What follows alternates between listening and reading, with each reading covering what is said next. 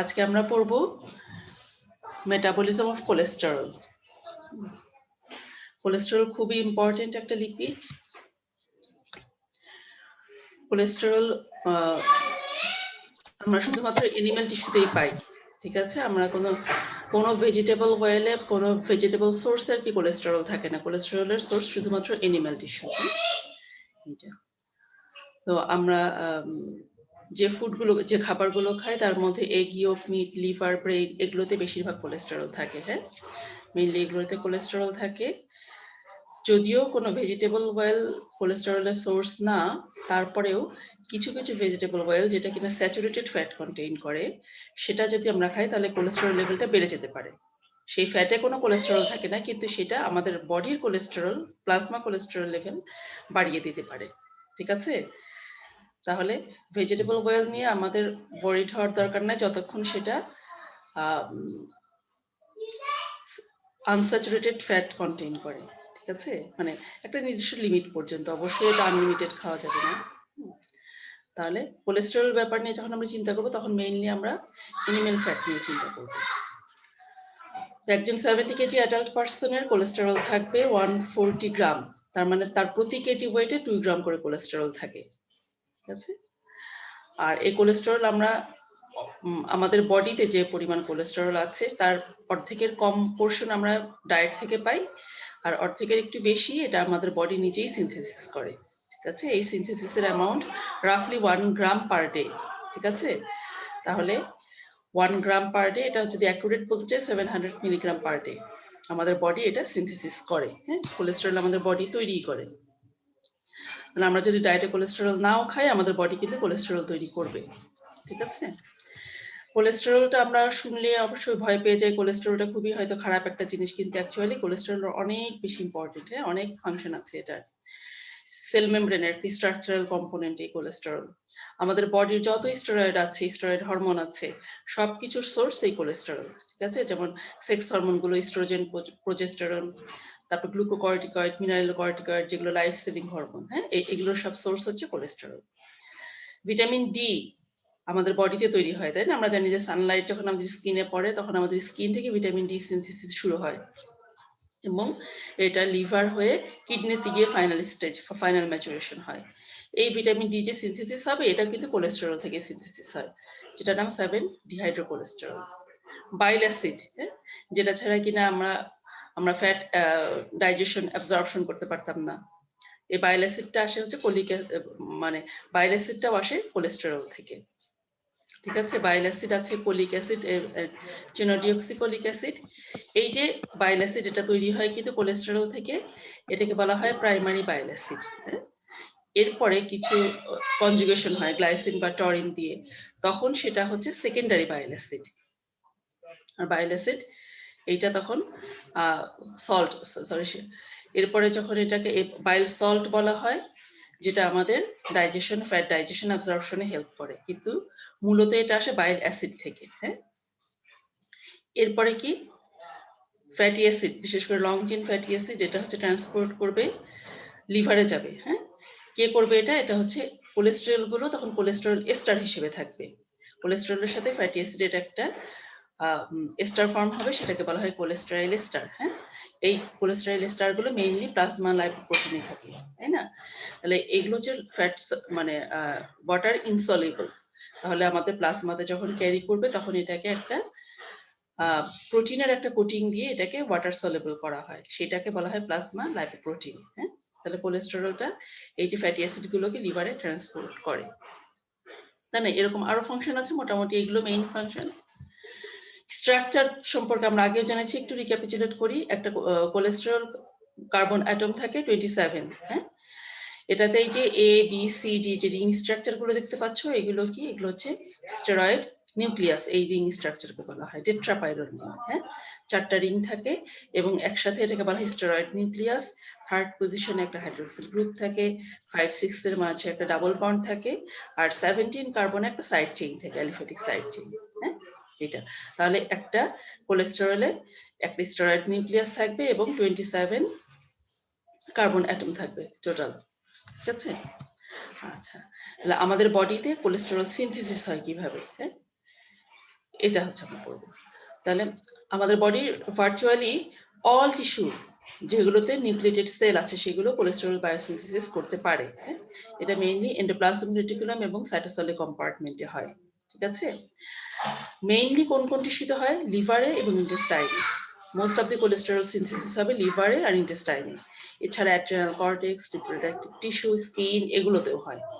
ঠিক আছে, আচ্ছা তাহলে কোলেস্টেরল বায়োসিনথেসিসের কম্পার্টমেন্ট কি? Endoplasmic reticulum and cytosol. ঠিক আছে, আর এটা হবে কোথায়? Mainly liver, ইন্টেস্টাইনে।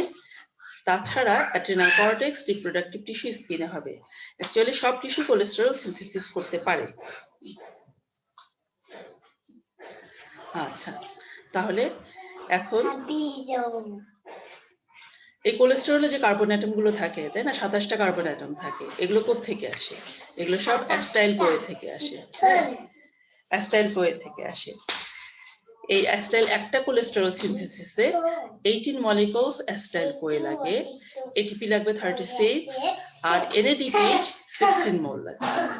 ঠিক আছে, এটা কোলেস্টেরল বায়োসিনথেসিসের স্টেপস গুলো অনেক লম্বা স্টেপস। এত বড় স্টেপস অ্যাকচুয়ালি আমাদের এই লেভেলে দরকার নাই জানার, তবে মূল একটু আউটলাইনটা শুধুমাত্র আজকে বলছি। ঠিক আছে, স্টেপ 1 যেটা, এটাকে হচ্ছে 5টা স্টেপে ভাগ করা হয়েছে, যদিও এক একটা স্টেপের মধ্যে আবার অনেকগুলো সাব স্টেপ আছে।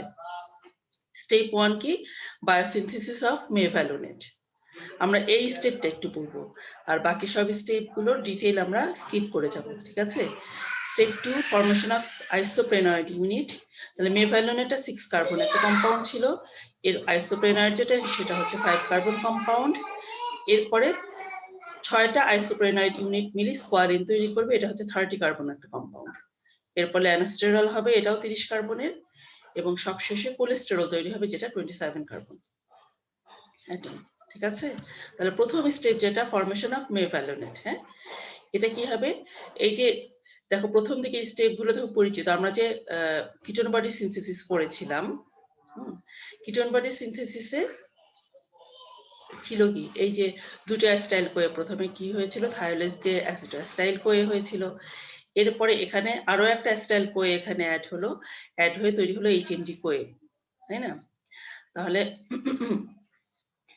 এই যে প্রথম দুটো স্টেপ একদম কিটোন বডি সিনথেসিসের মতো, শুধু কিটোন বডি সিনথেসিসটা হয়েছিল মাইটোকন্ড্রিয়ায়, আর এই স্টেপগুলো হবে আমরা একটু আগে পড়লাম সাইটোসলে হবে। এটা এরপরে স্টেপটা, এটা খুব ইম্পর্টেন্ট, এইচএমজি কোয়ে থেকে তৈরি হচ্ছে মেভালোনেট। হ্যাঁ, এই স্টেপটাতে যে এনজাইম কাজ করে দেখো, এইচএমজি কোয়ে রিডাকটেজ, এই এনজাইমটাই হচ্ছে কোলেস্টেরল বায়োসিনথেসিস, টোটাল কোলেস্টেরল বায়োসিনথেসিসকে রেগুলেট করে এই এনজাইমটা। তাহলে যত ইনহিবিটরি ফ্যাক্টর আছে সব এই এনজাইমে কাজ করে, যত স্টিমুলেটরি ফ্যাক্টর আছে এই এনজাইমের উপরই কাজ করবে। ঠিক আছে, তাহলে এইচএমজি কোয়ে রিডাকটেজ, হ্যাঁ, এটা খুবই ইম্পর্টেন্ট এনজাইম। কি এনজাইম? কোলেস্টেরল বায়োসিনথেসিসে। তাহলে প্রথম স্টেপে আমরা পেয়েছি মেভালোনেট, এরপরে আরো 4টা স্টেপ আছে, মানে এরপরে অনেকগুলো সাব স্টেপ, সবগুলি মিলে তৈরি হলো, একসময় তৈরি হবে কোলেস্টেরল।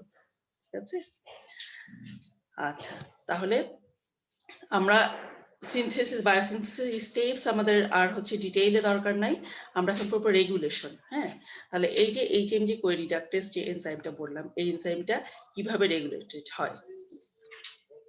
তাহলে এই এনজাইমটা তো এন্ডোপ্লাজমিক রেটিকুলামে থাকবে, এবং রেট লিমিটিং এনজাইম হচ্ছে এই এনজাইম। কি কি দিয়ে রেগুলেট হবে? এক নম্বরে আসবে ফিডব্যাক কন্ট্রোল। ফিডব্যাক কন্ট্রোল বলতে আমরা কি বুঝি?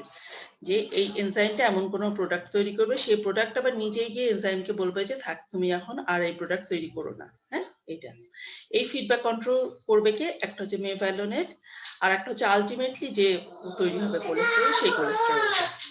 ঠিক আছে, তাহলে মেভালোনেট এবং কোলেস্টেরল দুটাই এই এইচএমজি কোয়ে রিডাকটেজকে ইনহিবিট করবে। এরপরে আসে হরমোনাল রেগুলেশন। হরমোনের ভেতরে আছে ইনসুলিন, থাইরক্সিন। এই দুটো হরমোন কি করবে? স্টিমুলেট করবে এনজাইমটাকে, যে তুমি কোলেস্টেরল সিনথেসিস করো। আর গ্লুকাগন, গ্লুকোকর্টিকয়েড, যেটা হচ্ছে কোলেস্টেরল সিনথেসিসকে ইনহিবিট করবে। ঠিক আছে, আর একটা আছে কি ড্রাগস, স্ট্যাটিন গ্রুপের ড্রাগ। এই ড্রাগগুলো কি করবে? এই এইচএমজি কোয়ে রিডাকটেজকে ইনহিবিট করবে। এছাড়া আছে কি বায়োল অ্যাসিড ফাস্টিং। ঠিক আছে, এগুলো কোলেস্টেরল সিনথেসিসকে এগুলো ইনফ্লুয়েন্স করে। আচ্ছা, এখন কিভাবে করে এটা একটু আউটলাইন আমরা বলে দিই। এখানে দেখো স্টেপটা যে এইচএমজি কোয়ে থেকে মেফ্যালনের এই স্টেপে যে এনজাইম কাজ করে এইচএমজি কোয়ে রিডাকটেজ। হ্যাঁ, এটা এইচএমজি কোয়ে রিডাকটেজ যখন ফসফোরাইলেশন হবে তখন এটা ইনঅ্যাক্টিভ হয়ে যাবে, আবার যখন ডিফসফোরাইলেশন হবে তখন এটা অ্যাক্টিভ ফর্মে থাকবে। ঠিক আছে, তাহলে এই যে অ্যাক্টিভ ফর্ম থাকলে অ্যাক্টিভ ফর্মকে স্টিমুলেট করবে কে কে? দেখো, যদি কেউ ক্যালোরি ইনটেক বাড়িয়ে দেয়, বিশেষ করে যদি কেউ স্যাচুরেটেড ফ্যাট খায়, সুক্রোজ খায়, ঠিক আছে, মানে চিনি যেটা থাকে, সব ধরনের কার্বোহাইড্রেট না, বিশেষ করে সুক্রোজ, ফ্রুক্টোজ। হ্যাঁ, আবার কি থাইরয়েড হরমোন এটাকে স্টিমুলেট করবে, ইনসুলিন স্টিমুলেট করবে। ঠিক আছে, আর ইনহিবিট করবে কে কে? কোলেস্টেরল বায়োসিনথেসিসকে কমাবে কে কে? এক নম্বর তো মেফ্যালনের নিজে ফিডব্যাক কন্ট্রোল করলো, কোলেস্টেরল গিয়ে ফিডব্যাক কন্ট্রোল করবে। এরপরে কি বাইল অ্যাসিড আছে, গ্লুকোকর্টিকয়েড আছে। আমরা যে ডায়েটে যে কোলেস্টেরল খাই, আমরা যদি খাবারে কোলেস্টেরল খাই, সেটাও কিন্তু তখন বায়োসিনথেসিসকে কমিয়ে দেবে। হ্যাঁ, এই এনজাইমটাকে ইনহিবিট করে। আরেকটা কি গ্লুকাগন। গ্লুকাগন কি করবে? এই অ্যাক্টিভ এনজাইমটাকে ইনঅ্যাক্টিভ ফর্মে কনভার্ট করবে। তাহলে কি এটাও আলটিমেটলি এই এনজাইমকে ইনহিবিট করলো। ঠিক আছে, তাহলে এইভাবে এইচএমজি কোয়ে রিডাকটেজটা ইনফ্লুয়েন্সড হবে, হ্যাঁ, রেগুলেশন হবে কোলেস্টেরল বায়োসিনথেসিস। তাহলে একটা নির্দিষ্ট লিমিটে থাকবে, আমাদের যতটুকু দরকার সিনথেসিস হবে, আর যখন বেশি হয়ে যাবে তখন সেটা নিজেই তখন এই সিনথেসিসটাকে কমিয়ে দেবে। ঠিক আছে, এটা হচ্ছে নর্মাল কন্ডিশনে হয়। আচ্ছা, এখন তো কোলেস্টেরলটা সিনথেসিস হলো, এখন কি হবে? আমরা তো জানি যে কোলেস্টেরল সিনথেসিস হওয়ার পরে কি হবে, এটা আমাদের অনেক কাজে লাগবে। মেমব্রেন ফর্মেশন করবে, সেল মেমব্রেন ফর্মেশন করবে, ভিটামিন ডি, স্টেরয়েড হরমোন তৈরি করবে, বাইল অ্যাসিড তৈরি করবে, তাই না? কিন্তু এই কোলেস্টেরল যেটা এক্সেস কোলেস্টেরল থাকবে, সেটা কিন্তু ডিগ্রেডেশন হতে পারবে না। সেটা কি হবে? এই যে কার্বন ডাইঅক্সাইড, আমরা দেখেছি যে আমরা অন্যান্য যেসব লিপিড খাই, সেটা কি টিসিএ সাইকেলে গিয়ে ডিগ্রেডেশন হয়ে কি কার্বন ডাইঅক্সাইড ওয়াটার তৈরি করে, প্রোটিন গুলো তাই হয়, আবার কার্বোহাইড্রেটও তাই হয়। কিন্তু কোলেস্টেরল কিন্তু এরকম ডিগ্রেডেশনের জন্য কোনো এনজাইম নাই। হ্যাঁ, কাজে স্টেরয়েড নিউক্লিয়াস যেটা থাকে ওটা কিন্তু ইনট্যাক্ট থাকে। তাহলে এই কোলেস্টেরল কি হবে? বাইল অ্যাসিডে কনভার্ট হবে একটা বড় অ্যামাউন্ট। তাহলে আর আমাদের বডি থেকে এক্সক্রিশন হবে কি কোলেস্টেরল নিজেই ওই যে বাইল দিয়ে ফিসেসে আমাদের ইন্টেস্টাইনে যাবে, সেখান থেকে ফিসেসের মাধ্যমে এক্সক্রিশন হবে। এবং এই বাইল অ্যাসিড যেটা হয় সেটা বাইল সল্ট হিসেবে ফিসেস দিয়ে এক্সক্রিশন হতে পারে, কিন্তু খুব অল্প অ্যামাউন্টে। তাহলে এই যে আমরা, তোমরা যদি একটু অ্যানাটমি ফিজিওলজি নিয়ে চিন্তা করো, তাহলে দেখবে যে বাইল অ্যাসিডটা কোথায়? বাইল অ্যাসিডটা কি লিভার তৈরি করে, তাই না? লিভারের থেকে তৈরি হয়ে এটা কি গল ব্লাডারে গিয়ে জমা থাকে। গল ব্লাডার থেকে তখন কি হয়? ইন্টেস্টাইনে যাবে। হ্যাঁ, বাইল টাকতে, কমন বাইল টাকতে ইন্টেস্টাইনে যাবে। একইভাবে কোলেস্টেরল যেটা লিভারে বাইলে থাকে, সেটাও কিন্তু ইন্টেস্টাইনে যাবে। ইন্টেস্টাইনে যাওয়ার পরে এটা কি হবে? ম্যাক্সিমাম বাইল সল্ট যেটা, সেটা হচ্ছে এন্টার, আবার আইলিয়াম থেকে আবার রিঅ্যাবজর্পশন হয়ে আবার লিভারে চলে যাবে পোর্টাল সার্কুলেশন দিয়ে। হ্যাঁ, এটাকে বলা হয় এন্টারো হেপাটিক সার্কুলেশন। যে বাইল অ্যাসিড যেটা তৈরি হচ্ছে বা বাইল অ্যাসিড যেটা বাইল সল্টে কনভার্ট হচ্ছে, সেটা কিন্তু ম্যাক্সিমাম 99% হচ্ছে এন্টারো হেপাটিক সার্কুলেশনে গিয়ে আবার রিইউজড হয়। ঠিক আছে, আর যে অল্প একটা পোর্শন, যেমন 0.4 গ্রাম পার ডে, এটা বডি থেকে এলিমিনেট হয় স্টুলের মাধ্যমে, হ্যাঁ, ফিসেসের মাধ্যমে। আর কোলেস্টেরল যেটা ছিল সেটা ইনট্যাক্ট অবস্থায় আবার আমাদের বডি থেকে এক্সক্রিশন হয় একইভাবে 0.6 গ্রাম পার ডে। তাহলে মোটামুটি 1 গ্রাম কোলেস্টেরল আমাদের বডি থেকে ডেইলি এলিমিনেটেড হচ্ছে এইভাবে। আর বাকিটা কি হয়? বাকিটা আমাদের বডি ট্রান্সপোর্টে থাকে বা বডিতে স্টোর থাকে, টিস্যুতে থাকে অথবা প্লাজমাতে থাকে। তাহলে এই কোলেস্টেরলের অ্যামাউন্টটা কত? আমরা যদি টোটাল কোলেস্টেরল ব্লাডে টোটাল কোলেস্টেরল কতটা থাকে? কোলেস্টেরল কিন্তু টিস্যুতেও থাকে, ব্লাডেও থাকে। হ্যাঁ, আমরা এখানে ব্লাড কোলেস্টেরল নিয়ে আলোচনা করছি। প্লাজমাতে কোলেস্টেরল যেটা থাকে সেটা কতটুকু? 140 to 200 মিলিগ্রাম পার ডেসিলিটার। এটা হচ্ছে নর্মাল লেভেল। হ্যাঁ, আমরা যদি আইএস মানে এসআই ইউনিটে যদি বলি, তাহলে 3.6 to 5.2 millimole per litre. 5.2 millimole per litre, এই অ্যামাউন্টটা মনে রাখবা, 5.2। এটা হচ্ছে আমাদের 5.2 মনে করবা যে এটা হচ্ছে আমাদের নর্মাল লেভেল। এর বেশি যদি হয়ে যায় তাহলে কিন্তু অ্যাবনর্মাল হওয়া শুরু হয়ে যায়। এর যদি কমে থাকে তাহলে বুঝবো যে কোলেস্টেরল লেভেল নর্মালে আছে। প্লাজমা কোলেস্টেরল নিয়ে আমাদের এখন ভয় পাওয়ার কিছু নাই। ঠিক আছে, তাহলে যখন এর চেয়ে বেশি হবে, 200 থেকে প্রায় 240 এর মতো হবে, তখন বর্ডার লাইন হাই কোলেস্টেরল বলবো। 240 এর বেশি হয়ে গেলে হাই কোলেস্টেরল। ঠিক আছে, তাহলে তোমরা যদি এত লেভেল মনে না রাখতে চাও, একটা মনে রাখো 200 মিলিগ্রাম অথবা 5.2 মিলিমোল পার লিটার। ঠিক আছে, এইটা এই যে কোলেস্টেরল, এটা হচ্ছে টোটাল কোলেস্টেরল। অ্যাকচুয়ালি প্লাজমাতে কিন্তু পুরো কোলেস্টেরল এমনি এমনি থাকে না, কিছু থাকে। এই কোলেস্টেরল গুলো কিভাবে থাকে, কিছু অংশ ফ্রি থাকে, ঠিক আছে, আর কিছু অংশ থাকে কোলেস্টেরল মানে ফ্যাটি অ্যাসিডের সাথে এস্টার ফর্ম করে থাকে, হ্যাঁ, যেটাকে বলা হয় কোলেস্টেরল এস্টার। কিন্তু এইগুলো কি থাকে, এগুলো বিভিন্ন লাইপোপ্রোটিন ফ্র্যাকশনে, তো বলেছি না যে যেটা লিপিড সলিউবল, মানে যেগুলো লিপিড সেগুলো ব্লাডে কিন্তু এমনি থাকতে পারে না, কোনো একটা ভেহিকল লাগে। এই ভেহিকল গুলো হচ্ছে মেইনলি প্রোটিন, আর প্রোটিনের সাথে যখন লিপিড থাকে তখন এটাকে বলা হয় কাইলোমাইক্রন, এলডিএল, এইচডিএল, ভিএলডিএল। হ্যাঁ, এগুলো আমরা লাইপোপ্রোটিনসে ভাগ করি। তাহলে আমরা যে ডায়েটে যে কোলেস্টেরল খাচ্ছি, যে খাবার কোলেস্টেরল খাচ্ছি, সেটা ট্রান্সপোর্ট হয় কিভাবে, লাইপোপ্রোটিন দিয়ে ট্রান্সপোর্ট হয়। আমরা পরের ক্লাসে এটা আলোচনা করব। আজকে মূল একটুখানি বলে দেই সামারি হিসেবে। এই যে আমরা কোলেস্টেরল খাই, সেটা কি হয়, আমাদের ইন্টেস্টাইনে অ্যাবসর্পশন হয়, হয়ে ইন্টেস্টাইন থেকে কাইলোমাইক্রন, এই কোলেস্টেরল এস্টার, এগুলো কি প্রোটিন দিয়ে কোটিং হয় বলে সেটাকে বলা হয় কাইলোমাইক্রন। এটা তখন ব্লাডে ক্যারি হয়, প্লাজমা ক্যারি করে এটাকে নিয়ে যায় কি পেরিফেরাল টিস্যুতে দেয়, কোলেস্টেরল দিবে বা ট্রাইএসিল গ্লিসারল, সেখানে যেটা ট্রান্সপোর্ট করার দরকার হয় করবে, শেষে আলটিমেটলি এটা আবার লিভারে ফিরে আসে। ঠিক আছে, এখন লিভারে যে কোলেস্টেরল, যে আমাদের কোলেস্টেরল সিনথেসিসের মেইন অর্গান বলেছি কি ইন্টেস্টাইন আর লিভার, তাই না? লিভারে যে কোলেস্টেরল সিনথেসিস হচ্ছে অথবা যে ডায়েট থেকে যে কোলেস্টেরল এখানে যে এসে পৌঁছাচ্ছে, তাহলে এই যে লিভারের যে কোলেস্টেরল গুলো, সেগুলো কি হয় তখন আবার VLDL, very low density lipoprotein হিসেবে আবার লিভার থেকে বের হয়, প্লাজমাতে যায়। ভিএলডিএল এই পেরিফেরাল সার্কুলেশনে গিয়ে আবার ভিএলডিএলটা আইডিএল, এরপরে এলডিএল এ কনভার্ট হয়, লো ডেন্সিটি লাইপোপ্রোটিন। এলডিএল তখন কি করবে, এই কোলেস্টেরল গুলো পেরিফেরাল টিস্যুতে দিবে। এই যে আমাদের আর্টারিতে বলি যে কোলেস্টেরল জমা হয়, অ্যাথেরোস্ক্লেরোসিস হয়, এটা কোত্থেকে পায়? এটা এই যে এলডিএলটা পেরিফেরাল টিস্যুতে কোলেস্টেরল সাপ্লাই দেয়। আর এইচডিএল কি করে, পেরিফেরাল টিস্যু থেকে কোলেস্টেরল নিয়ে আবার লিভারে চলে আসে। ঠিক আছে, এলডিএল এরও কিছু পার্ট লিভারে আসে, ঠিক আছে, কিন্তু এইচডিএল মেইনলি পেরিফেরাল টিস্যু থেকে কোলেস্টেরল গুলো কালেক্ট করে লিভারে চলে আসে। তারপরে লিভার তখন এই কোলেস্টেরল কি করে, বিভিন্ন জিনিস, বিভিন্ন সিনথেসিসে কাজে লাগায়, তাই না? ওই যে স্টেরয়েড হরমোন, বাইল অ্যাসিড এগুলো তৈরি করলো, আবার কোলেস্টেরল নিজেও বাইলে সিক্রেশন হয়, হ্যাঁ, কোলেস্টেরল এগুলো তারপরে ইন্টেস্টাইন দিয়ে এক্সক্রেশন হয়। ঠিক আছে, আবার কিছুটা আবার ইন্টারহেপাটিক সার্কুলেশন দিয়ে সার্কুলেট হয়। এটা হচ্ছে মূল আউটলাইনটা। তাহলে এই যে কোলেস্টেরল যেটা আমরা পাচ্ছি, সেটা বলছি যে টোটাল কোলেস্টেরল এটা থাকবে কি এলডিএল, এইচডিএল, ভিএলডিএল এগুলোতে ডিস্ট্রিবিউটেড থাকবে। হ্যাঁ, এগুলোর পোর্শন আবার আলাদা, আমরা বলি LDL cholesterol, HDL cholesterol, VLDL cholesterol. হ্যাঁ, এখানে যে অংশ থাকবে সেটাকে আমরা এইভাবে নামকরণ করি, আলাদাভাবে সেগুলোকে আবার আমরা মেজার করতে পারি। হ্যাঁ, প্লাজমাতে কতটুকু আছে মেজার করা যায়। আচ্ছা, এই কোলেস্টেরল কি আমাদের গলস্টোন ফর্ম করতে পারে। হ্যাঁ, গলস্টোন যে গল ব্লাডারে স্টোন ফর্ম করে, হ্যাঁ, পিত্তথলিতে পাথর হয়, এটার মেইন কনস্টিটিউয়েন্ট কিন্তু কোলেস্টেরল।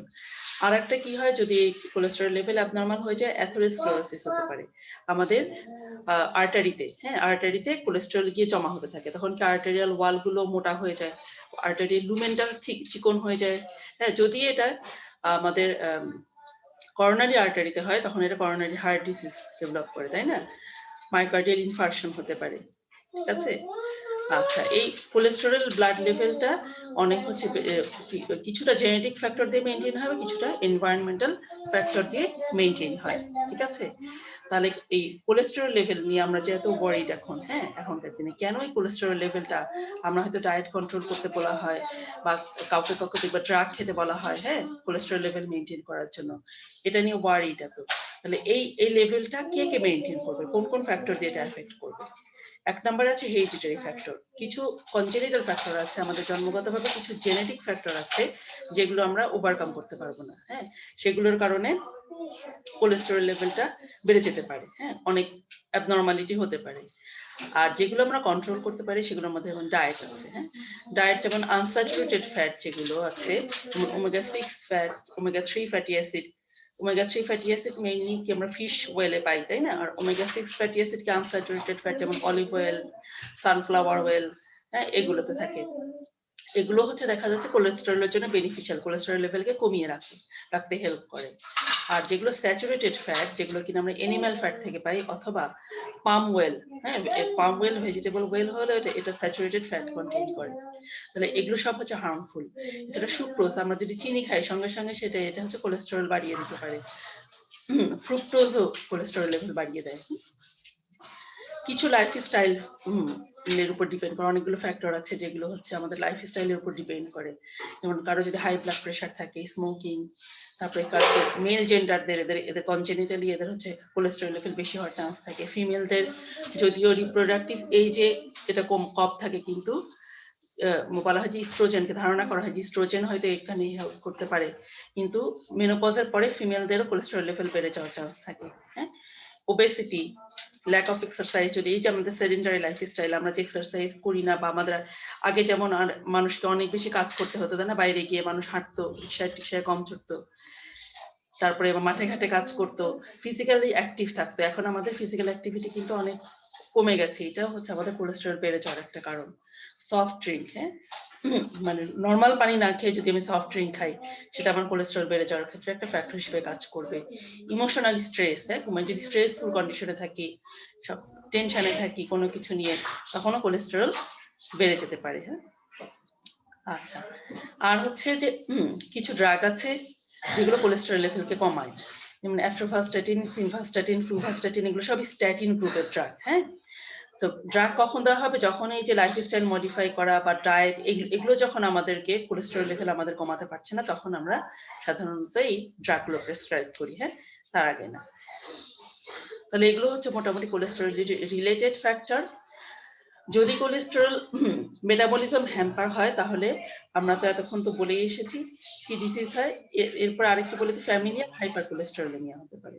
হ্যাঁ, আচ্ছা, কোলেস্টেরল বেড়ে যাওয়ার যে কারণ ফ্যামিলিয়াল বলা হয় কি, যেটা হচ্ছে ইনহেরিটেড ডিফেক্ট, লাইপোপ্রোটিন মেটাবলিজমে যদি কারো কনজেনিটাল ডিফেক্ট হয়, ধরো কোনো একটা জেনেটিক ডিফেক্ট যে কারণে তার লাইপোপ্রোটিন মেটাবলিজম ঠিক মতো হচ্ছে না, তখন যে কন্ডিশন হয় সেটাকে বলা হয় ফ্যামিলিয়াল হাইপার কোলেস্টেরোলেমিয়া। ঠিক আছে, এটা কিন্তু আবার এই হাইপার কোলেস্টেরোলেমিয়া কিন্তু সেকেন্ডারি কন্ডিশনও হতে পারে, এটাকে বলা হয় প্রাইমারি।